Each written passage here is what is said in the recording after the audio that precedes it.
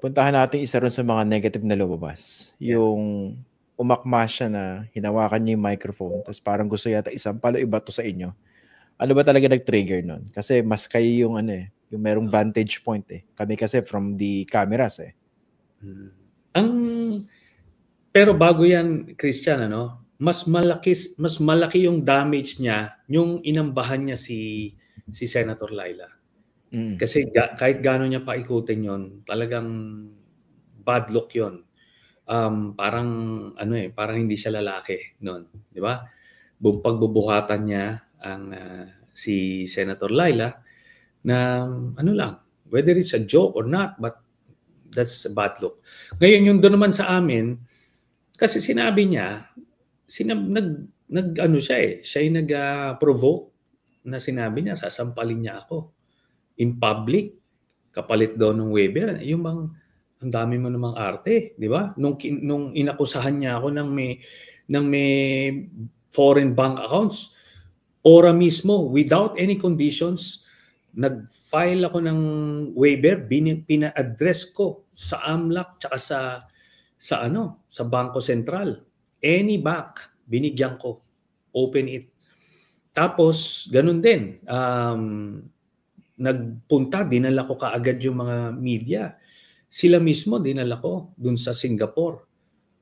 So, sa sobrang pahiyaan niya na nagsinungaling siya at nahuli siya, umamin siya on national TV. Biruin niyo yun. So, ganun kasinungaling siya. No? Pero, dun sa aking... sorry, Senator. Gusto ko lang dagdagan. Baka nakalimutan yung banggitan eh. Umamin siya, di ba, on national TV, na inimbento lang niya yung mga bank accounts. Yung parang ginambol niya yung numbers. Tama ba? Oo. Inamin niya na inimbento lang niya. On national TV to. Sinabi niya na gumagawa-gawa siya ng storya against me, no? Pero yung mga supporters niya parang nagkibit-balikat lang na parang okay lang na magsinungaling siya, no? Pero sige lang. Pero ngayon, dito sa issue na ito, ang dami ng kondisyones. Nung una, ang yabang. Sige, I will sign anything. You can check any bank account kahit sa US ko ano man. Ngayon, tinanong siya directly, pwede bang ngayon ka na magpirma kung gagawin namin yung waiver? Ayun na corner na, kailangan magwala para malihis yung atensyon. Di ba? Ngayon, gumawa sa eksena, kapalit nito, sampalin. O di sinabi ko, sige, sampalin mo. Ano ngayon? Napahiya siya. Kinuha niya ngayon bago niya kinuha yung mic, nagpaawat muna. Nung naramdaman niya may aawat, kunyari parang gano'n. Pero yun na nga, kilalang ko na yan si Digong, bluffer yan, alam mo kung kailan. Tsaka madaling ma-reverse psychology. Kaya yan it's a mind game para sa kanya. Pero this is an unusual experience for him kasi normally siya yung nagma-mind games, siya yung ma-manipulate nung pananaw ng mga kababayan natin, siya yung nag-deceive, siya yung nagko-control ng narrative. Ganun siya eh. Pero with this, pag dinadala mo dun sa daling kita sa waiver, ayun. Kung ano nung palusot na, di ba? Conjugal daw 'yon. Ay joint account. Hindi joint account. Joint account ni Sara, pero ito yan, it's an or account, meaning Duterte or Duterte and Sara. So meaning pwede siyang mag-sign ng waiver alone kasi it's an or account. Kumaga, hindi to i-corner natin ito. So you felt na parang you got into the head of Duterte noong time na yan? Well, since nung 2016, talagang nakita nyo, natitrigger siya every time pag inaano ko siya. Kasi alam ko na yung storya niya eh.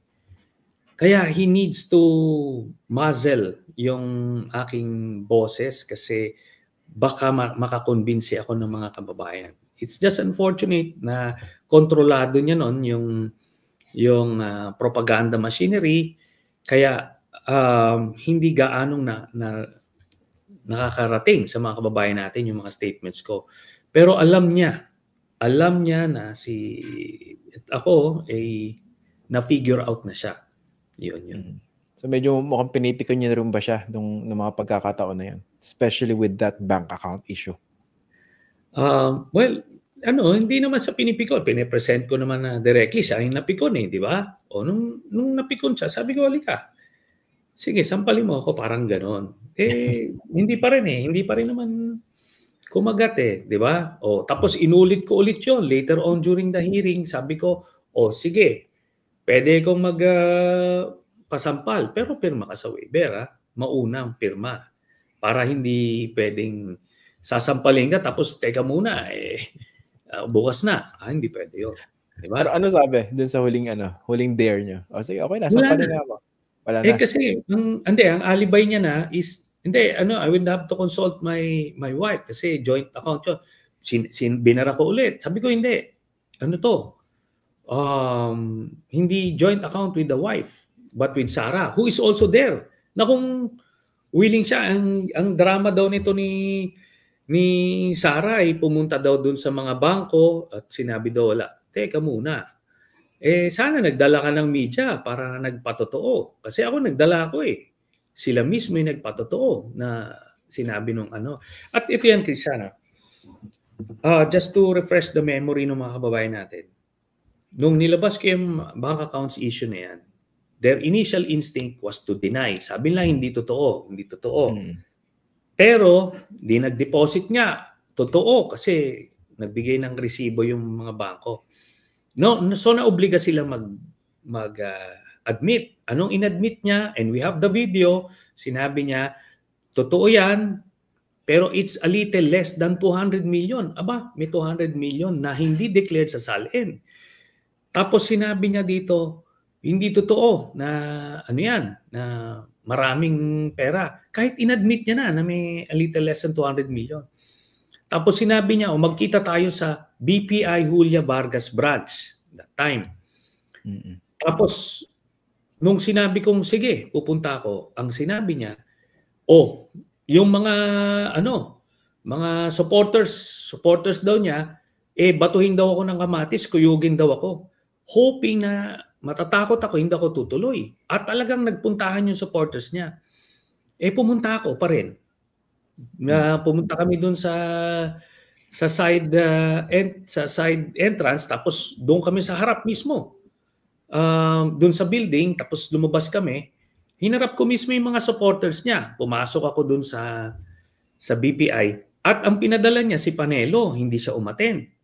Tapos itong Panelo, na isa ring sinungaling, sabi niya, sa labas, may waiver daw. Wala siyang waiver. Ang meron doon, special power of attorney, tapos may specific conditions na hinihingi. Kasi ang sabi nung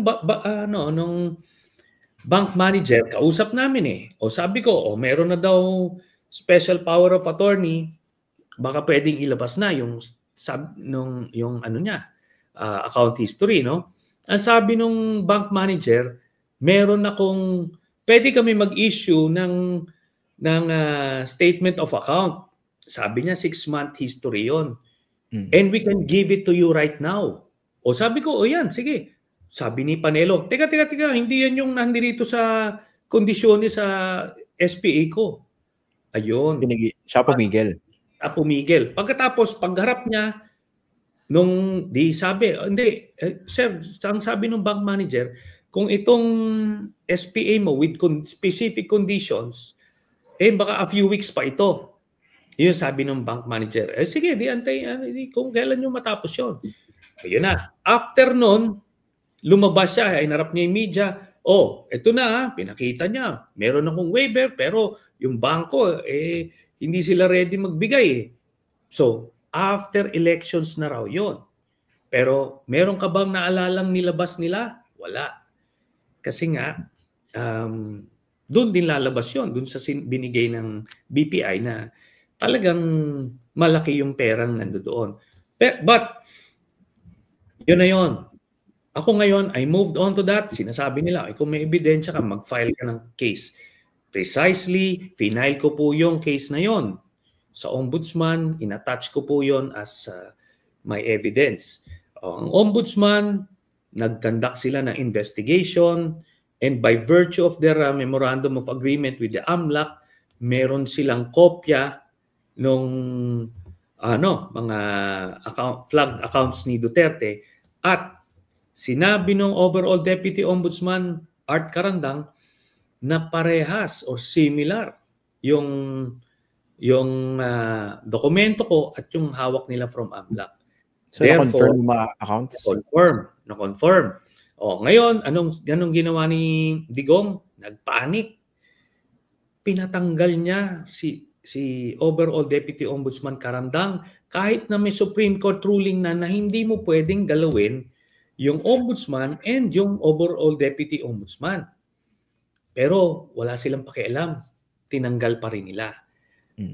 Ngayon, tapos yung AMLAC executive director, naglagay na rin sila ng tao nila, hindi na ngayon nagko-cooperate with the ombudsman.